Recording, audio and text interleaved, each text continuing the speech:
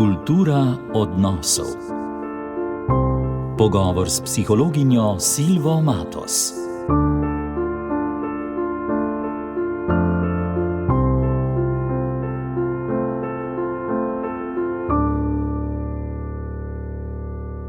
Drage poslušalke, spoštovani poslušalci, 5. marčevski torek prinaša oddajo Kultura odnosov in z njo tudi psihologinjo in terapevtko gospo Silvo Matos. Lepo pozdravljeni. Pozdravljeni.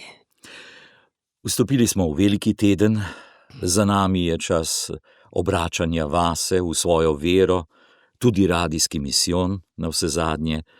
Se mi zdi, da nikoli v letu ni toliko zunanjih spodbud, da bi človek res delal na sebi, da bi se ustavil, da bi razmislil, kdo navsezadnje je v tem trenutku in kaj bi rad bil, kot pa v postnem času, ne? Ja, res se mi zdi izredno močen čas, izredno zgovoren čas, z vseh koncev ogromno spodbud, pričakovanj, vsaj tako lahko doživlja človek, mogoče kar kdaj malo preveč, ker si lahko tudi zadaš v samem postu ali pa neke zaveze, ki se potem izkažejo, da so kar zahtevne v tem načinu življenja, ampak vseeno, ta razmislek, ta globina, ki se te prej ali slej dotakne, če si to resnično s srcem želiš, in da seveda tudi v neki skromnosti tudi prepuščaš malo samim okoliščinam, Božji volji, da imaš ta globlji pristop, da si vzameš čas, potem pridejo rezultati. Pride počasi ta velika skrivnost tega praznika, ki je pravzaprav smisel našega krščanskega življenja. Vedno znova me pretrese, kaj je tu v ozadju, kar nam govori, da nismo, da lahko rečemo, nismo vredni v vsem našem načinu življenja, vseh teh razvajenosti, v teh zahtevah, pričakovanjih od drugih, ogromno sebičnosti, ogromno načina, ki je tak, velikokrat imaš občutek bolj površinski, tako kratkoročen, ampak zraven pa so ta močna, bistvena sporočila, ki pa ogromno ljudi potem potegne vase, tako da si vzameš več časa kot sicer in da izkoristiš tudi kakšno priložnost, ki jih je pa ogromno. Meni se zdi, da moramo biti hvaležni, da je toliko teh za vse starosti, za vse različne skupine, za različne nivoje, bolj ali manj poglobljene vere, možnost, da se vključiš. In potem nekako čakaš. Zgodi se, da se ta skrivnost tega praznika potem tudi dotakne tvojega srca in z eno večjo odprtostjo se vključiš.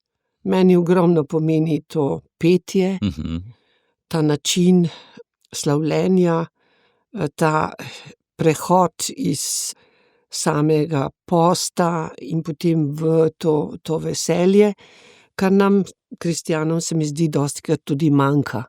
Da ni samo križ, ampak da je tudi rešitev, da je tudi smisel tega križa, ki se v vsakdanjem življenju dostikrat potem nekako prikrije, a ne, da tudi v vsakdanjem življenju sami na svoji poti poskušaš na ta način doživljati tudi tisto, kar je težko, da znaš osmisliti, da se potem ta razmislek vključi v ta tvoj način življenja in postavljaš potem morda tudi drugačno prioriteto, kot je sicer. Se mi zdi, da je to povsem nasprotna drža, tisti, ki pa vidim, jo ima tudi mnogo ljudi na tem našem svetu, da se enostavno prepustijo življenju, da jih nosi, kamor jih pač nosi. Zdaj, nekaj časa jih lepo nosi lahko, potem pridejo na neke brzice, pa si Ja. spet sami ne pomagajo, pač kar pustijo, da to gre. In se mi zdi, da je ta drža, ki jo imamo mi pri preizpraševanju samega sebe, vendarle omogoča, da imamo, torej nimamo v svojih rokah svoje usode, Ne. ampak vendarle imamo v rokah svojo držo, odločitev o tem, ali bom nekaj delal za to svoje življenje, ali bom plaval v pravo smer, ali me bo pač Ja. enostavno nosilo in potem pa kamorkoli me odnese, pa največkrat takšne ljudi potem odnese nekam v ene takšne rokave, kjer ni prav lepo. Zdaj, tukaj čudovito je, če seveda sprejmeš življenje v neki svoji omejenosti, kar pomeni, da se zaveš, da tako kot meni včasih kdo reče, pa ti bi rada spremenila ves svet. Tega seveda ne moreš, ampak da sprejmeš to svojo vlogo, to svoje dostojanstvo, te svoje temeljne vrednote in skušaš na ta način potem v življenju skozi vse uspehe in neuspehe, različno se odvijajo stvari. Včasih gre tako gladko, da pol nekateri imajo to navado, tako nam je lepo, da sem čakam, kdaj se bo kaj zgodilo. Ja. Skratka, da predvidevaš, da seveda se lahko zgodi, ampak da ti ne kličeš tega, da si predvsem hvaležen, da ti morda uspe tisto, kar si zadal, da tudi če ne uspe, seveda velikokrat tudi ne uspe, skušaš potrpežljivo vztrajati v neki drži, ki je tudi, vključuje tudi to zavedanje, da ni vse v tvojih rokah.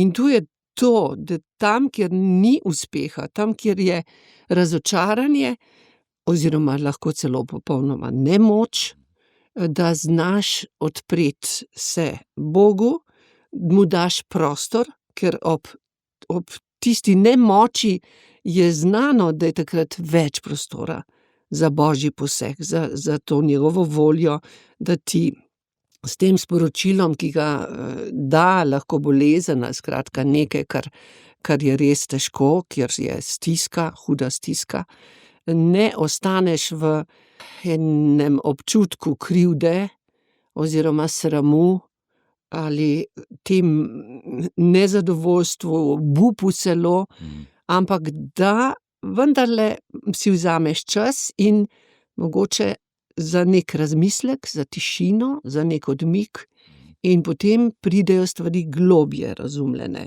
To se seveda ne zgodi takoj, ampak če je to zaupanje, da je nekaj, kar se mi dogaja, prvič, da nisem sama, da je nekdo vendarle z mano, drugič pa, da lahko pretehtaš, kaj mi ta situacija, ta težava sporoča.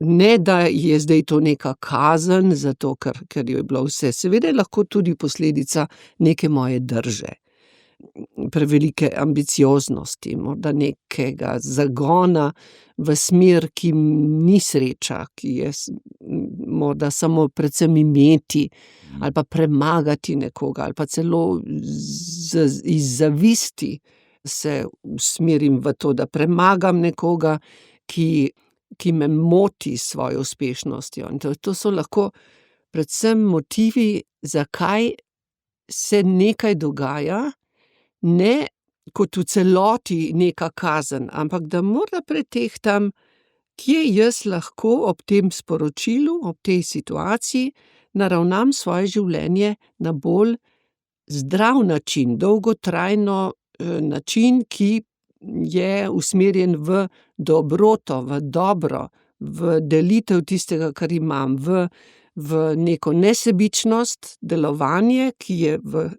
izvorno moje delovanje za dobro, ne pa za zlo. Ker to razločevanje pa mislim, da je prav pred tem praznikom izredno v ospredju. Ogromno ljudi začne sčasoma ob pomoči v skupinah ali z molitvijo ali pač z vsemi temi, konec koncev tudi ta vaš radijski misijon, marsikomu kakšni temi odpira oči, se začne potem odvijati tudi tisto, kar ni predtem sploh bilo vključeno v njegovo življenje, v poglobljenost in možnost je tukaj za razvoj. Seveda, tako je velike stvari v življenju, ki jih človek, za katerim ali hrepenimo, ali si želimo, ali se zavedamo, če rečemo, ta vrednota v mojem življenju res zelo pomembna, pa ji ne posvetim nobene pozornosti, ampak velike stvari ne nastanejo na hitro. Ni možna improvizacija in če se s tem soočaš, potem veš, da je tu na mestu neka vztrajnost. Neka vztrajnost. Če samo pomislimo, kako je takrat v tisti hudi stiski, v tem, preden so Jezusa križali, kaj je v tistem večeru, kaj je on delal, predvsem molil je. Molil je. In s to svojo intimnostjo, ki jo je daroval v tistem okolju, z vsemi občutki, z stisko, z žalostjo, z tesnobo pred tem trpljenjem, se je približal človeku in približal se je pravzaprav tem našim stiskam, ampak kako je reševal? Reševal je, da je molil, pa ker enkrat ni pomagalo, je spet šel molit, pa spet je šel molit in ni šel čisto sam, ko pa je bil sam, je pa pravzaprav še bolj trpel. Tako kot mi, če bomo sami hodili skozi življenje, brez drugih, da si bomo bi rekla, zacementirali v svojih pričakovanjih to, da jaz vse zmorem, da ne rabim nikogar, da pravzaprav potem lahko tudi ne rabim Boga, potem je to bistveno težje. Če se pa mi skupaj povezujemo, zato so mi tako všeč te razne oblike povezovanja ljudi zdajle, v raznih vlogah se ti odkriješ, kaj je predvsem tisto, kar je vate položeno, kaj so ti tvoji darovi, kaj je tvoje poslanstvo in počasi z leti to postaja potem tista srž tvojega delovanja, tudi oznanjanje, na nek način si želiš prispevati drugim, pač iz tega, kar si, tudi z vsemi šibkostmi, na razne načine, tvoj način, ne da se delamo, da se samo nekaj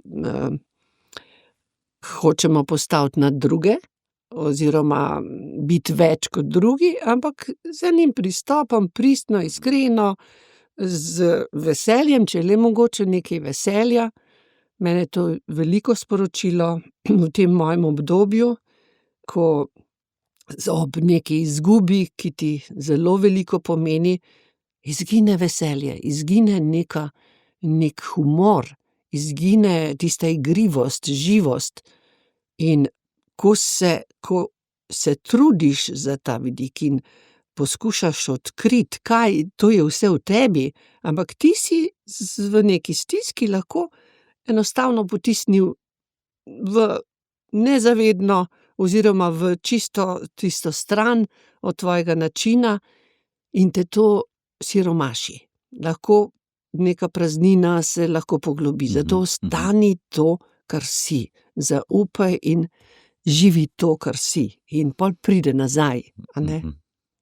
To je precej racionalno razmišljanje, zelo logično ste nas pripeljali do vsega tega, kako pa vendarle denimo navdušiti, prepričati tiste, ki ta čas doživljajo z enim strahom, z odporom, ki ne želijo razmišljati o sebi, ki ne želijo vrednotiti svojih dejanj, ki ne želijo pomisliti na to, da bi bilo potrebno kaj spremeniti, ki jim je tako razmišljanje pravzaprav napor. Od vsega tega se želijo odstraniti, naj bo tako, kot je, pa bo čisto redo. Torej, kako jih vendarle navdušiti, najbrž da tudi kot terapevtka ste dostikrat morali vklopiti to, da ste nekoga pripravili do tega, da je razmislil o, ne vem, kakšnih svojih dejanjih ali čemerkoli in usmeril korake. Ja, Jaz sem pravzaprav tam poleg, zraven sem, da se on premakne, ampak v nekem smislu, kot Spodbuda. neko ogledalo, Aha. kjer se potem začuti, kaj je pravzaprav kaj te pripelje do nekega stanja, pa ne gre samo za njega, gre tudi za okoliščine, ki so ga pripeljale. Saj tukaj ne govorimo o krivdi. Jaz tu nisem zato, da bi se ljudje počutili krive, ampak da iščejo, kaj je tisto, kar bi pa lahko izrazito poglobilo, polepšalo, bolj osmislilo njihovo življenje. Sprememb se tudi najbrž, da ne smemo bati, ne? Včasih je slišati za koga, poglej, kako se je spremenil, se obrača po vetru ali kaj podobnega, ampak a ni to dobro, če nekdo nekaj spozna in svoje življenje usmeri na druga pota? Ja, no, zdaj ljudje, ki bežijo pred resnico, pred tistim bistvom, tega je ogromno, seveda. Velikokrat je v praksi, potem se zgodi, da se zaplete, da stvari se ne odvijajo vedno igrivo, tako enostavno, tako da skrivaš, da se zatečeš v glasnost, v neke oblike življenja, ki niso več, ko nisi več ti, ko zamaskiraš resnico, ko bežiš ali pa napadaš, ker tukaj so zelo različni pristopi. Napadaš tisto, kar pravzaprav slutiš, da je dobro in drugim uspeva, meni pa ne, in se lahko zgodi, da je to kot neka zavist do tistih, ki pa so našli neko uravnoteženo pot, kjer je ravnotežje, več možnosti za ravnotežje. Saj preizkušnje so vedno prisotne. Torej, stiske so, ni človeka, ki ne bi doživel v življenju neke hude preizkušnje. Mislim, hude, pač po meri tistega, ki pač to doživlja, zato ker resnično pravijo, dobiš križ. Absolutno dobiš križ, ampak da Bog naloži tisti križ, ki ga zmoreš. Skratka, da jaz verjamem v to, da je nekako po meri, po tvoji meri, po tvoji enkratni meri, ker si enkraten človek, in ti ljudje, ki prihajajo tudi k meni v stiski, doživljajo stisko, Doživljajo stisko tako, da začnejo razmišljati, kaj naj zdaj, kaj pa zdaj. In potem verjamejo, da bo nekdo drug, zdaj jim samo svetoval, povedal, prvič, drugič, tretjič in tako dalje, ampak oni so na vrsti.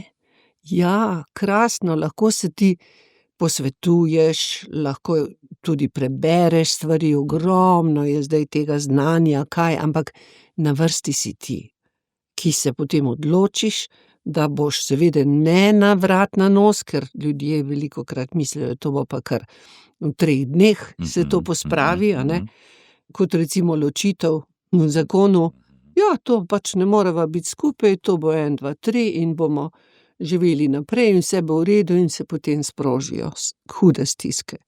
Da ne govorimo o otrocih in tudi osebno, ni to tako enostavno. In ogromno vprašanj se odpira. Pa ne samo to, tudi bolezni, kaj zdaj. Ampak mnogokrat se pa potem zgodi, ko človek svojo pot naravna, res po svoji meri, z neko globino, z nekim razmislekom, z tem, da osmisli, kaj zdaj meni to lahko v nadaljnjih korakih olepša oziroma okrepi mojo pot, da odkrijem, kaj pa sploh je bistvo, je za nazaj razmišljajo, da celo s hvaležnostjo, Kar veliko ljudi, zelo znana je bolezen raka, pri raku se velikokrat to zgodi, da potem za nazaj po vsej tisti, po nekem obupu oziroma nemoči, strahu, bolečinah in tako naprej, Sčasoma reče, ja, če se pa to ne bi zgodilo, potem pa ne bi to nekako prišlo na ospredje, na plan. Seveda so pa poti za tiste, ki blefirajo, če lahko s tem izrazom rečem, ki nočejo resnice, so včasih dolgotrajne. Lahko se potem zelo razvije. Mene je potolažil papež Frančišek enkrat z enim izrazom, kjer sem prepoznala to svojo dilemo. Moja pot je bila res zavestno izbrana, zato ker sem želela biti povezana z ljudmi, delovati z ljudmi, za ljudi. Ves ta moj vseživljenjsko izobraževanje je bilo temu namenjeno.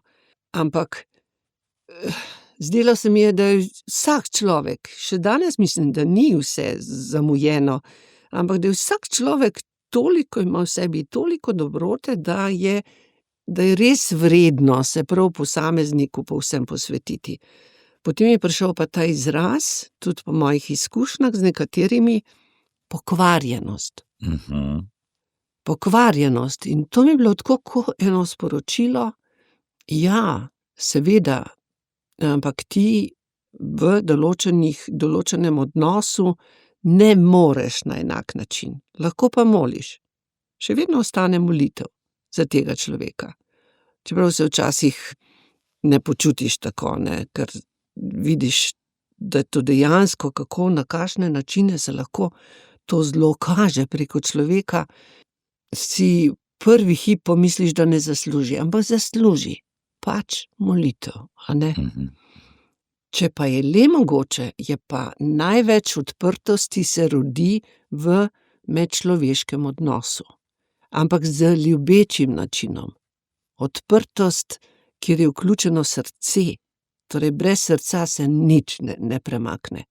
In če ne čutiš, da ne samo, da te ta človek, ki je v stiski, zanima, ampak da ga začutiš kot človeka, ki je Božji otrok, ki je v njem je položeno vse za to, da izpolni to svoje poslanstvo, ki mu je namenjeno, edino na ta način se potem gradi, se začuti ena bližina nekoga, ki mu začne zaupati, da je neko vzdušje ljubeče, mislim, izrazito naklonjeno, ne, da se začuti, da pač nekdo se zanima zame, nekdo me posluša, ne samo posluša, nekdo me sliši, nekdo mi želi, da se premaknem, ne da me premika, ne, da ga zdaj premakneš na drug stol, pa ne vem kaj, ne, da je ta odnos je spodbuda in to velja povsod.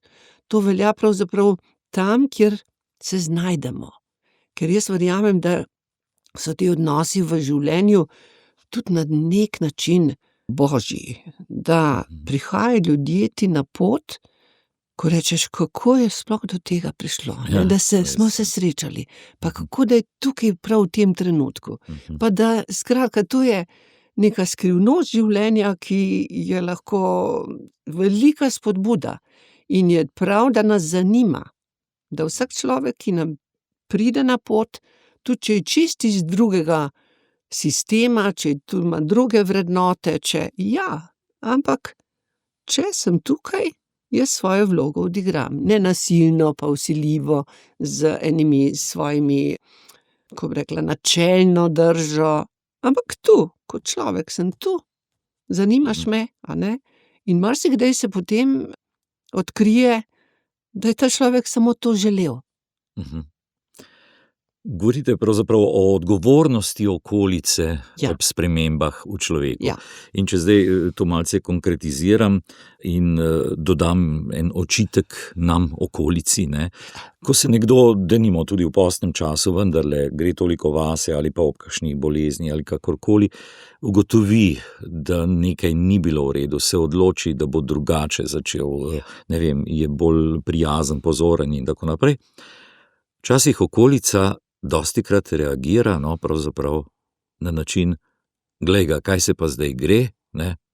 Ja, še pred parimi meseci je bil Ja. osoren, pa grob, pa tako naprej. Zdaj pa kaj zdaj ima neko novo držo. In okolica tišči dol te Ja. spremembe, namesto da bi rekli, no, to je pa zdaj Ja. drugačna podoba, takšno si pa želimo, ne, dajmo jo Ja. podpreti. Ja.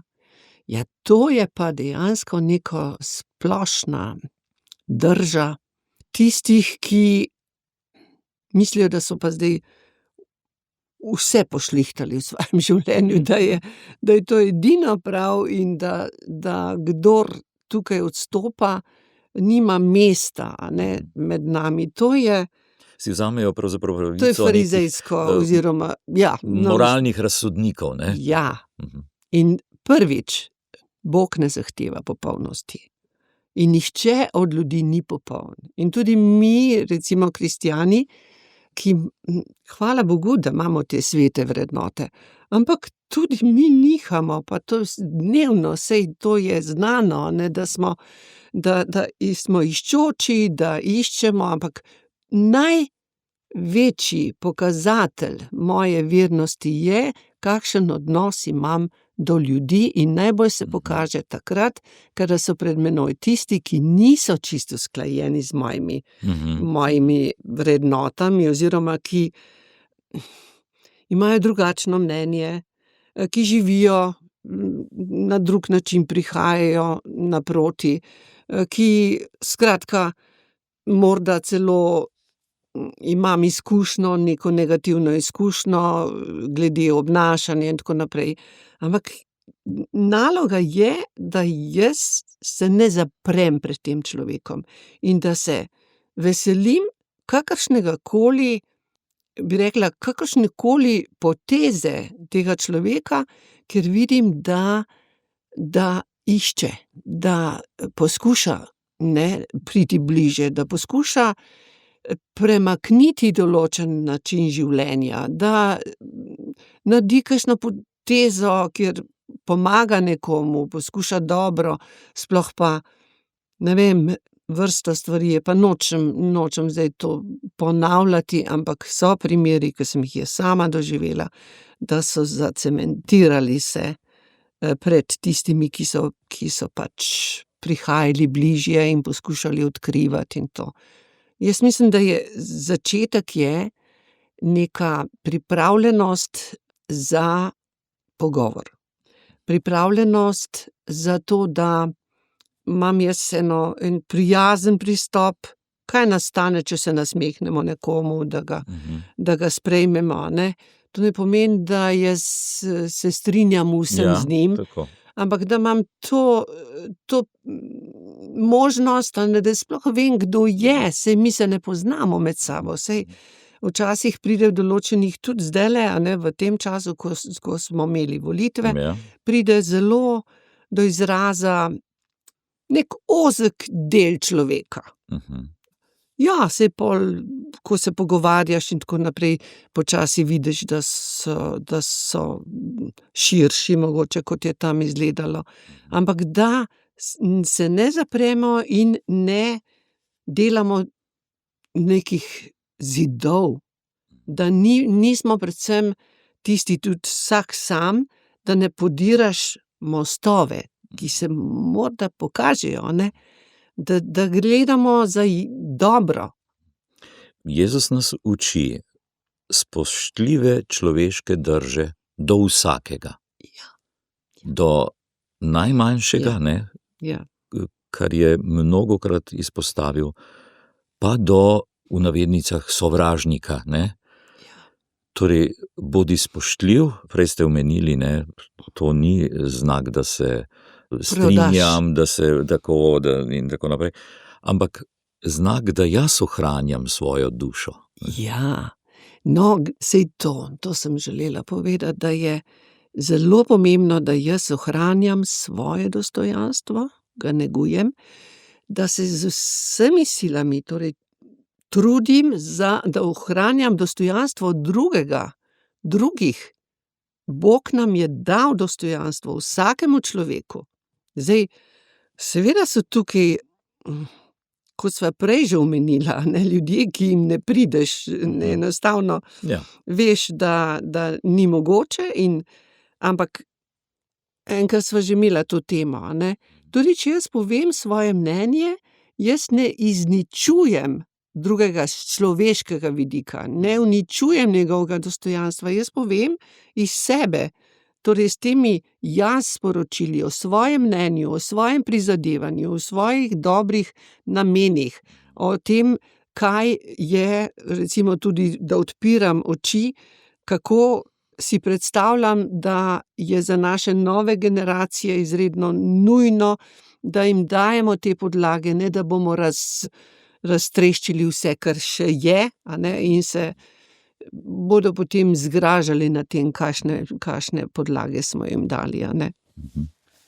Torej, biti to, kar si, tudi pošten do sebe in povedati vse to, ampak imeti eno takšno spoštljivo držo. Ja. Zato navsezadnje, če gremo z tega egoističnega vidika, zato da lahko tudi sebi pogledaš v oči, ne. Če se jaz spustim na nivo nekoga, ki ni dober, to ni. No, to je pa tisto bistvo. Tukaj pa je moja odločitev, ne. Tukaj pa lahko molimo vedno znova, da glede na to temo, ki jo imava midva, ta kultura komunikacije, odnosov in tako naprej, da je pa neka moja življenjska odločitev v neki fazi mojih spoznanj, morda neki kanček modrosti, oziroma moja odločitev, da ne vključujem primitivnega, nizkega načina, takega, ki pravzaprav razvrednoti, saj tudi mene razvrednoti, ampak da ostajam na nekem nivoju. Če ne morem nič, vsaj ne poslabšujem, vsaj konstruktivno, ali pa seveda, kot vemo, včasih molk tudi zelo veliko pove. Da če se umakneš, ne zato, ker bi odpovedal, ampak ker ugotoviš, da najbolj zgovoren je tukaj pa je tišina, da je morda čas, da se malo odmaknejo te stvari, da se dozorijo, da se boljša priložnost pokaže, kjer pa seveda to ne zato, da jaz odpovem, ali pa da skrivam resnico, ali pa to je pa spet nekaj velikega. Vsaj to govorimo in upam, da si zelo prizadevamo, da ohranjamo to držo, da govorimo resnico, da sprejmemo resnico, čeprav je boleča, čeprav zavezuje, ker resnica tudi zavezuje vseh nas, kako se potem v življenju tudi naravnati, ampak brez tega je vedno potem nekaj nedorečenega, so neke vrzeli, ne more človek v polnosti potem delovati, a ne. Je pa res, da sedanji čas z vso nastrojenostjo medijev, družbe in tako naprej, ljudi prepričuje, da je dobro tisto, ko zasekaš v živo z grobo besedo in tako naprej. Se mi zdi, da postaja naše življenje en velik ring. Pa ne govorim zgolj o politiki, recimo, s katero sva začela, ampak tudi sicer, ne. Kjerkoli, ne vem, v prometu, na ulici, kjerkoli se ta mačizem zelo, zelo upošteva, no. No, eno pravilo je, ki meni zelo všeč, da ko je nek problem, ko je nekaj, kar začutim zelo pomembno, je pomembno, da moj odnos trdo do problema, ampak mehko do človeka. Kar pomeni, ta problem je izhodišče za dialog, za razčiščevanje. To, recimo, napačno predpostavljaš, ne, mnenje, ali pa to, kar je povzročil, ne, ampak ne pa kot človek. To ne pomeni, da je v celoti izničim človeka. Tukaj je nek kompas tudi za mene, a ne, da ne zbrišem, a ne, nekoga kot celoti. Da še vedno ostajam do neke mere v pričakovanju, da je možno se o tem vendarle srečati z enimi argumenti, z neko, pa seveda tudi z enimi pravili, a ne, ki jih je treba pravilno postaviti, ne da dopuščajo stranpoti in tako naprej, a ne. Je, vsekakor je pa velikokrat konflikt, ta način, kjer pride do nasprotujočih si mnenj, tudi možnost za razvoj. To je pa Upajmo. res tako. Ja, Ko da se je možno. resnice krešejo. Ja, se krešejo in to je tudi v osebnem življenju, privatnem Tako. življenju, pa tudi v drugih situacijah, v službi, v timih in to, ko se ene stvari lepo izgovorijo, ampak seveda krasno je, da je to na nekem, vendarle na nekem nivoju, se lahko zelo izboljša celotno vzdušje. In pa sploh razvoj v odnosih je potem lahko.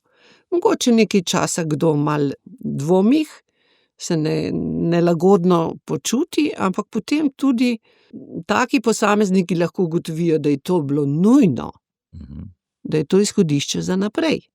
Če hočemo doseči tisto, kar smo si zadali, da osmislimo svojo vlogo, a ne? Zdaj, če se morda vrneva k tej rdeči niti, k spremembam pravzaprav v človeškem življenju.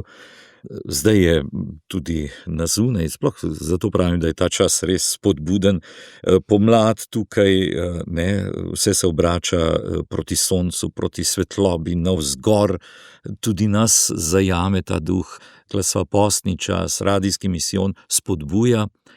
Kako navdušiti torej ljudi, da vendarle se odzovejo in da začnejo ustavljati, razmišljati o sebi.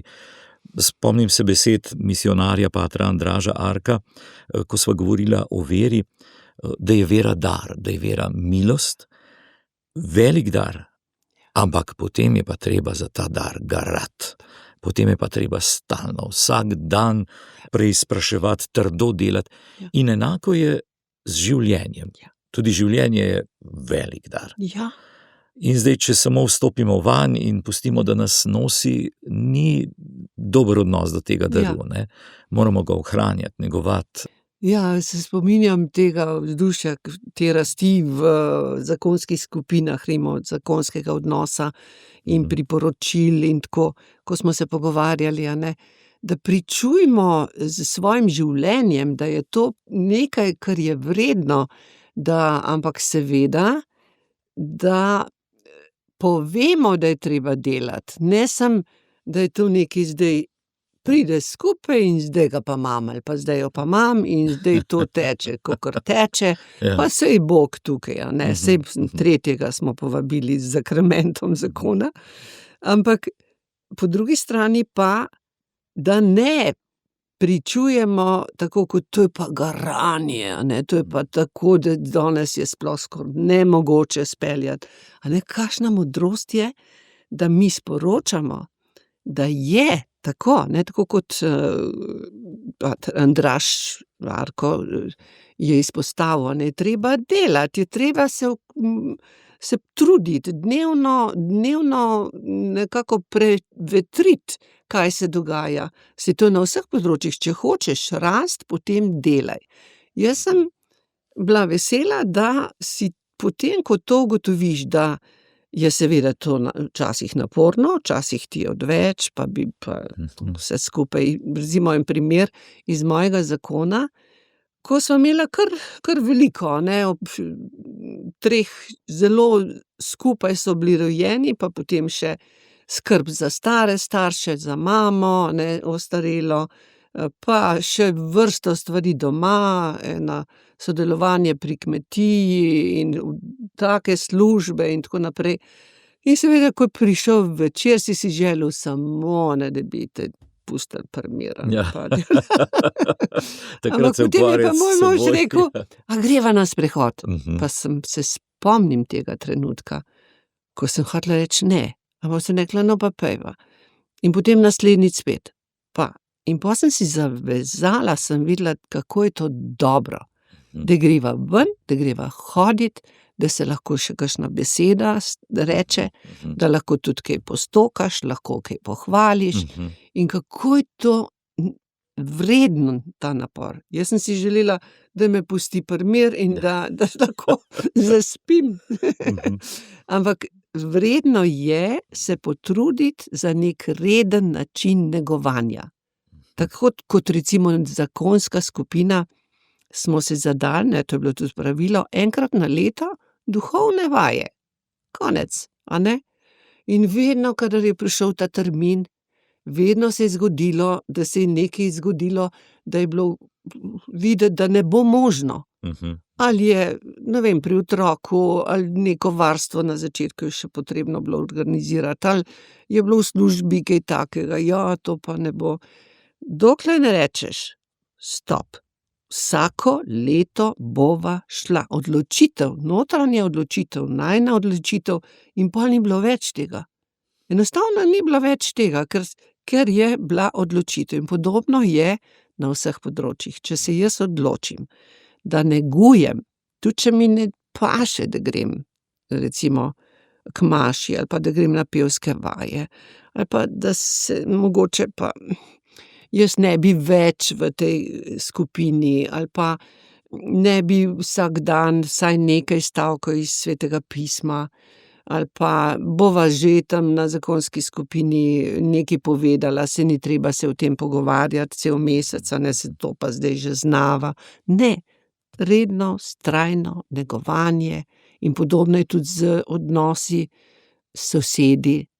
Danes ni mi do tega, a ne, pa tam je včasih kakšen čudak, kjer ne moreš verjeti, kako se obnaša, a ne, ampak vztrajno na neki način poskušati s tem sporočilom, da spoštuješ to posebnost, ali ne vem, skratka se pogovarjati, odprtost in isto z napačnimi odločitvami v neki drugi skupini. Tudi tole, a ne, kar se je zdaj zgodilo, marsikoga dreza, ne, da bi se pritoževal in blatil vse po vrsti in tako. Da ohranjaš en način, ki odpira, ki spodbuja, kjer si pripravljen sodelovati po svojih močeh, po svojih talentih, ne pa reči, vsi so glih, nočem jaz stran, nočem nič več ne slišati, ne, tako in v svojem svetu se, kako bi rekla, cmariti, ker ni nič od tebe potem. Razen seveda se lahko rečeš, skrbim za družino in otroci so čisti, imajo hrano, ampak je premalo. Je treba razmišljati, a ne, posebno pa, če imaš otroke, kaj, kako naprej. Kar nekaj lepih, konkretnih spodbud ste zdajle nanizali. Morda v tem čisto zadnjem delu še proti svetlobi. Ja. Veliko nočni čas, ne, ki prihaja, vstajensko vzdušje, pa prebujata v naših srcih tudi neko novo upanje. Ne. Toliko simbolike pravzaprav tudi prinaša ves ta čas, ki je pred nami.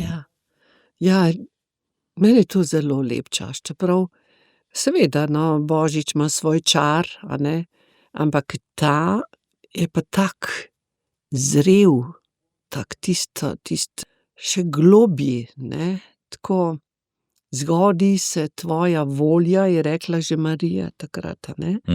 In tukaj pa mi smo pravzaprav tisti, vsak posameznik lahko ali skupaj, se zavemo, da je to taka žrtev, ne, toliko ljubezni, brezpogojne ljubezni, da se rešuje tisto, kar nam ne uspeva, vse tisto, kar te naše stranpoti, a ne, da je lahko zraste to zaupanje in ta poglobljen odnos, da lahko tudi takrat, kadar nam ne gre, kadar se pojavi čista nemoč, kadar imamo občutek, da tudi naše prošnje niso uslišane, ampak je treba toliko potrpežljivosti, da nam zmanjkuje tega, ampak lahko rečemo, zgodi se tvoja volja. Tudi takrat, ko je čista sprememba, ko je tako, da nas zaskrbi, da nas stisne pri srcu, kaj pa zdaj, ampak verjamemo v to Božje delovanje. Se mi zdi, da gre pri našem življenju za eno tako pravo mero ravnovesja med lastno akcijo in iskanjem in med enostavno sprejemanjem tistega, kar nam življenje prinaša na pot, Božje volje na vse zadnje, pa prepoznavanjem enega in drugega, ne. Ob tem bi, če dovolite, prebral odlomek iz vaše knjige Izviri vedrine, ki govori prav o sprejemanju. Takole. Če del sebe sistematično zanikam, potisnem v nezavedno, stran od resnice, osiromašim svojo pot, zakopljem talent oziroma ga ne razvijam tako, kot je v Božjih očeh naša bistvena naloga. Sprejeti sebe pomeni, da laže hodiš, živiš polno, z modrostjo in odprtostjo hodiš naprej. Drugačnost, moja enkratnost, je dar. Dovolim, da zacveti, cveti, da se izrazi, brez bojazni pred odklonitvijo. V tej drži potem lahko dosegam pristne, globoke, ustvarjalne, ljubeče odnose, čutim bližino, ki je tudi bližina z veliko začetnico. Všeč mi je misel, da človek do življenjske modrosti pride samo s svojo naravo, pristno občutljivostjo, a le če jo prizna in jo živi, če živi vse, kar je. To je Božji dar, to je položeno vanj, to je njegovo bistvo.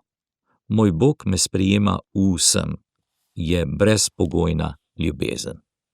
No, to je pa tisto, kar nas pravzaprav najbolj potrdi in najbolj potolaži. Moj Bog me sprejema vsem, je brezpogojna ljubezen. Če jo iščemo v ljudeh, nas včasih kdo tudi razočara, Bog ne razočara nikoli.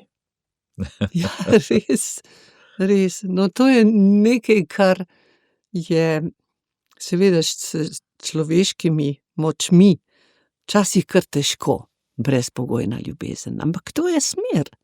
To je smer in mene je pravzaprav presenetila danes ena čestitka za ta materinski dan, ko mi je ena dragocena oseba rekla, da se mi zahvaljuje za brezpogojno ljubezen. In sem pomislila, ja, sej, včasih je to zelo dinamično, kako nekdo razume, a ne?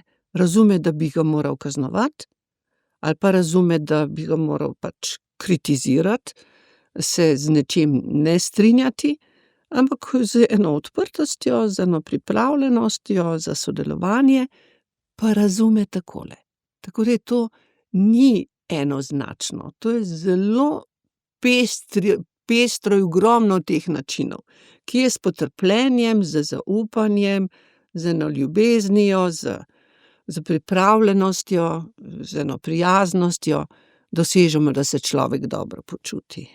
In seveda tukaj nisi sam, to je tudi neka podprtost z Božje strani, en blagoslov, ki ga začutiš v življenju.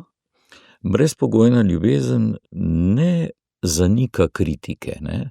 Torej, kritika je vsebovana, ne? Ja. Ampak odnos pa ne trpi zaradi kritike. Seveda, ker je vprašanje smisla, zakaj je ta kritika oziroma nekaj izpostavljeno v nekom odnosu, če je dobronamerno in tudi otroci včasih v določenih situacijah ne bodo razumeli omejitve nekih pač blokad, kadar je zanje to, ne bom rekla nevarno, ampak ker je bolje zanje, da ne gredo širše, ne. In tudi med odraslimi je tako, ne, da z eno iskreno, kot smo prej rekli, a ne, s tem, da poskušamo ohranjati dostojanstvo vseh, ki so vpleteni, a ne. Spomnim se časa, ko sem še učil v osnovni šoli in sem običajno odgovarjal tistim otrokom, ki so potožili, doma, pa ne vem, mami, pa mi to ne dovoli, pa tega mi ne dovoli, pa To ne smem, pa tole moram in tako naprej, pa kar naprej me sekira. In sem običajno rekel, to je čudovito. Le koliko skrbi zate, koliko jo skrbi zate, da ne boš slučajno kam šel. Toliko je strah, da jo na nek način pomiri. In zgrozil se boš šele takrat, ko ji bo vseeno. Tisto je groza. Ja, tisto je groza. Ko je nekomu vseeno, ko lahko delaš, kar želiš, lahko si, ne vem, prideš po noči domov in tako naprej, pa ti nič ne reče. Tisto je pa vprašanje, koliko ljubezni, ne, potem. Seveda, tukaj je neka treznost, ne, pravzaprav. Ampak se je znano, da je najhujša kazen za otroka je, da z njim ne govoriš za kazen. To pomeni, tako kot ste rekli, ne, da ti je vse eno, ne, oziroma kot da ga zavržeš. Ne. In seveda pa ta skrb v pravi meri, ker če je prevelika skrb in da se v tem smislu odvija ta skrb tako, da namesto otroka, potem jaz delam, da ne bi kaj narobe naredil in da ga tako zaščitim, da on ne čuti nobenih posledic svojih dejanj, je pa drugo. Ampak to je dejansko, kakšna hvaležnost je lahko pri otroku, da ima starše, da nekdo skrbi zate, da si varen, da si na toplem, da skratka, neka toplina, ne, to je nekaj, kar odneseš v tem kot neko kvaliteto za tvojo samostojno pot. Tako, drage poslušalke, spoštovani poslušalci, upam, da ste nekako razumeli današnji pogovor tudi kot spodbudo. Ne bojte se delati na sebi, ohranite držo postnega časa skozi vse leto, kajti življenje je dar, ampak vendar moramo ta dar tudi znati sprejeti in ga potem znati nositi, oziroma znati se truditi, čim bolje nositi in čim več delati na svojem življenju. Vam, gospa Silva Matos, pa najlepša hvala za tale pogovor. Želim vam prijetno, doživeto velikonočno tridnevje in pa potem seveda veselo vstajensko alelujo. Hvala enako. Kultura odnosov.